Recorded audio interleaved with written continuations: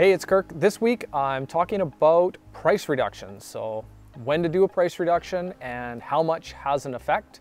And so we'll get into that right now. All right, so lately with the market, the way that it's been, I've been having conversations with sellers, and the question really lies around if a property's for sale and it's not selling, what do we do? So how much time is enough time to feel like we've exposed it to the market? And if we haven't had an offer, at what point are we looking to do a price reduction? So the general rule, and this one I've stole from a great agent here in Parksville, Karen Roberts, and she had preached this right from the start. I remember when I first started selling real estate here, and she told me that she always uses a rule of either after 5 showings or 2 weeks on the market, you should be talking about price reduction with sellers.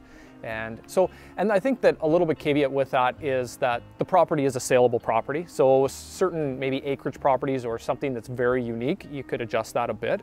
But in general, if you've got a property in town that should be selling, if you've had 5 showings with no offers or 2 weeks have gone by without an offer, then that's a good time to talk about doing a price reduction and make an adjustment, okay?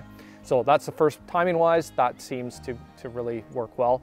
Now, how much do you reduce it by? So over the years, and there's different strategies when it comes to doing price reductions, but from what I've seen and been told as well is a minimum 3% to 5% will have an impact, sometimes as much as 10% depending on the market conditions. But in general, if you're not reducing your price by at least 3%, it's just not going to have an impact, right? So if the buyer looks at it and they're, like we like the property, but we think the price is a little too high, we're gonna wait. If you reduce it by less than 3%, it's not gonna have an impact. If it was that close already, they would have written an offer. So minimum 3% and usually 5% though.